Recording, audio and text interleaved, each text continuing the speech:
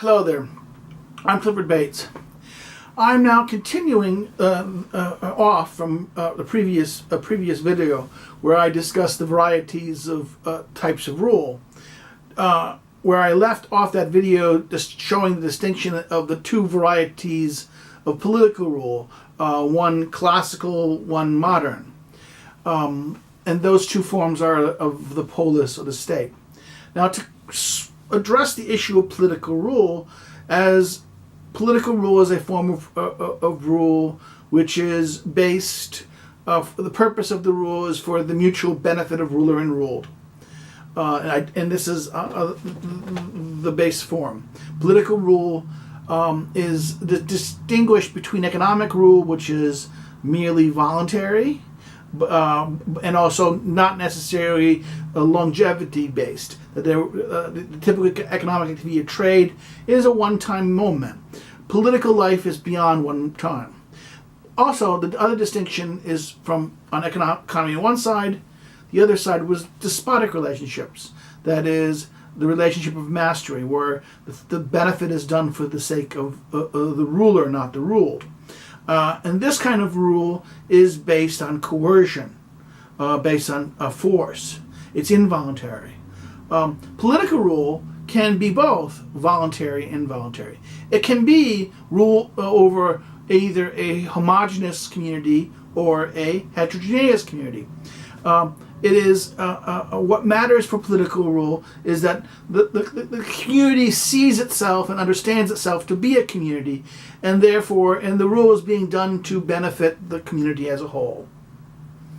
Now, the distinction between ancient and modern form is important because the classical form, the polis, emerged out of a conflict, emerged in human history at a time in response to a collapse of previous existing systems. So therefore, before I can discuss the polis, and then later the modern form, the state, I need to address the prehistory. Human beings, although based upon man's nature, being an animal, and an animal who needs to live together in family, who for the animal's characteristics through sexual reproduction produces children, that children care needs to be done, and that families need to emerge and spend time with, and therefore this reality shows that this is the first stage in human social political development, the family. The family based itself on the relationship of the rising of children, the future, and therefore the family unit, although the marital relationship may be heterogeneous, the relationship of the family itself is homogeneous. The offsprings are connected to the parents and the grandchildren, the great grandchildren. Now, what the family does, the kin group creates the kin group. We call it the kin group. Now, as this kin group grows over time, it ceases being one family, but a network of families who share the same kin relationship.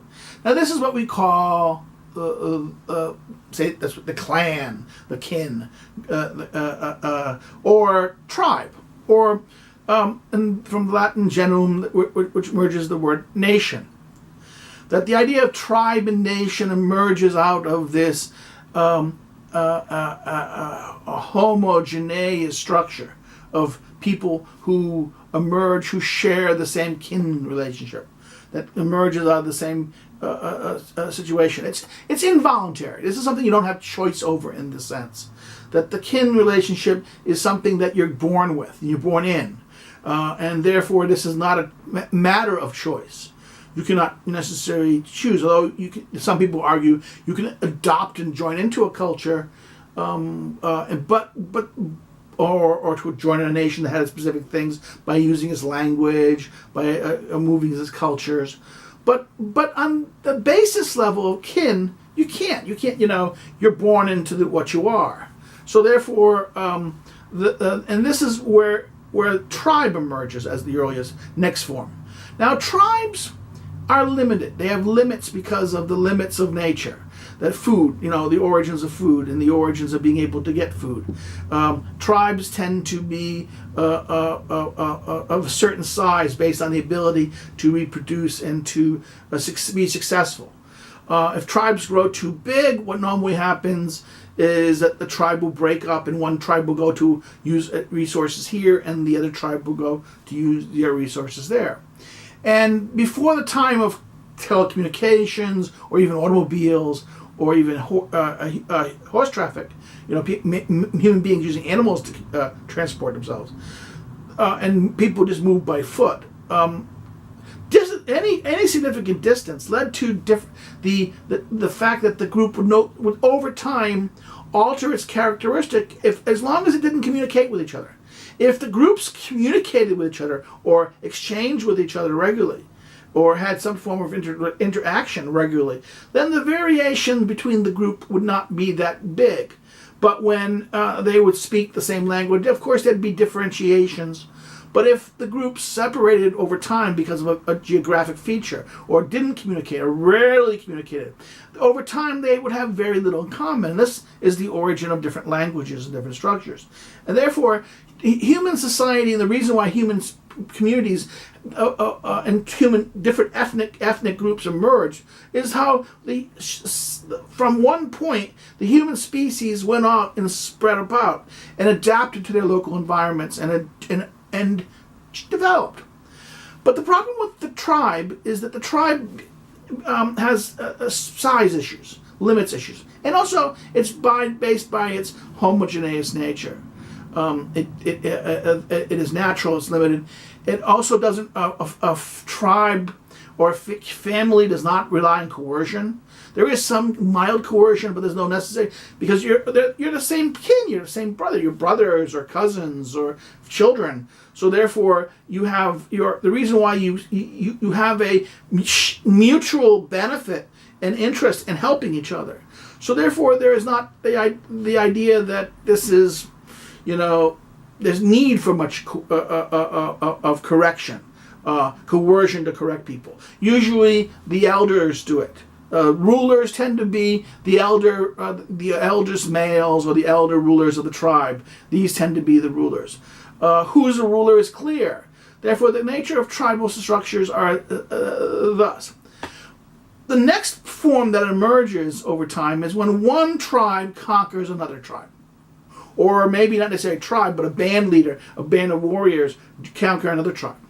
And what happens here is we create the concept of empire. The empire is this, and because it is one tribe conquering other tribes, therefore the thing that's conquered may be homogeneous, similar, but also may be different. And thus, empire does not require it does not require homogeneity as its structure. It is actually usually the rule of one over others, different ones. And because it's rule over one over something different, it often lacks the common benefit and requires coercion. It requires coercion to hold the system together. An empire thus holds together by force and for the benefit of what? The people who entered it. Now, of course, they will argue that by doing what they do, they're going to benefit the other groups. But the other groups normally don't see it that way. They don't perceive it that way. They look at this, or maybe over time through acculturation or propaganda, or just forgetting the past. That over time they now see their memories of that they were separate. Now they're this. Okay, then that could happen, that this rule could be seen as beneficial or even part of it. But the reality of imperial rule is based on coercion and benefit for the ruling party. Empires built, and because of their heterogeneous nature, relied on force, coercion, and therefore the creation of law, written law particularly, the creating of written languages. Tribal structures tended not to have written language structures. Another element of political culture, not political, but culture that emerges there is religion, organized religion. Empires tend to have very structured religions. The important understanding moment here for the purpose of understanding how empire differs from tribes is that empires tend to be larger. They can be even universal. They can spread as far as the power of the strength and power of the central force holding it together is able to hold it together. And what usually does empires in is the central power becomes weak or degenerated over time, and the thing will just fall apart. And what will happen is they'll fall apart and back into the unit that makes sense for them, usually the tribe.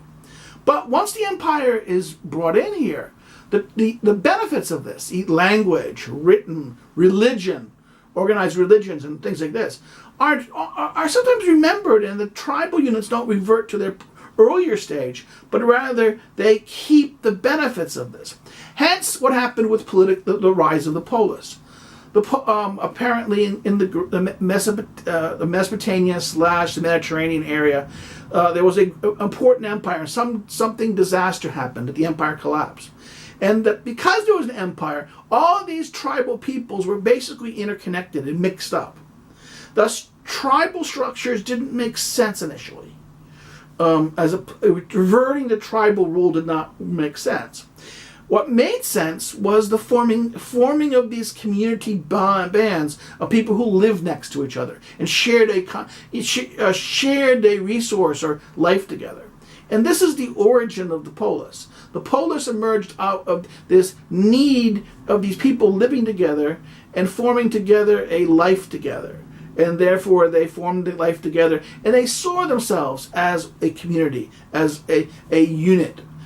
Why? Because by living together, by sharing a life. Thus, like the tribe, it tended to be a smaller unit tied to a specific need. That if it grew too big, it would fall apart. It would just be too mergedly. So polises, once they grew too large, behaved like a tribe by sending out colonies out to form a new place. They were like the empire, though, by having what? By having religion, law, and the other forms of culture, arts, and these things that the empires made to glorify the ruler. The polis also had. So the polis had, in many ways, the best of both worlds, the best of the tribe and the best of the empire. Now, I here clearly make the case of where the origins of this comes up. The role of the political is this moment where particularly when the rise in Greece, when these cities are able to stand up and show their strength. And when the Persian Empire came during the Persian War, trying to force control over the Greek cities, the Greek cities resisted the Persians and defeated the Persians and prevented the Persians from imposing their will on the Greek cities. This very moment was the moment where the political showed its power over the earlier form of empire that happened. And therefore this leads us to that moment here. Now in the next video I will talk about the nature of the distinction between the ancient form and the modern form of the political, with the why and how it differs. Thank you very much.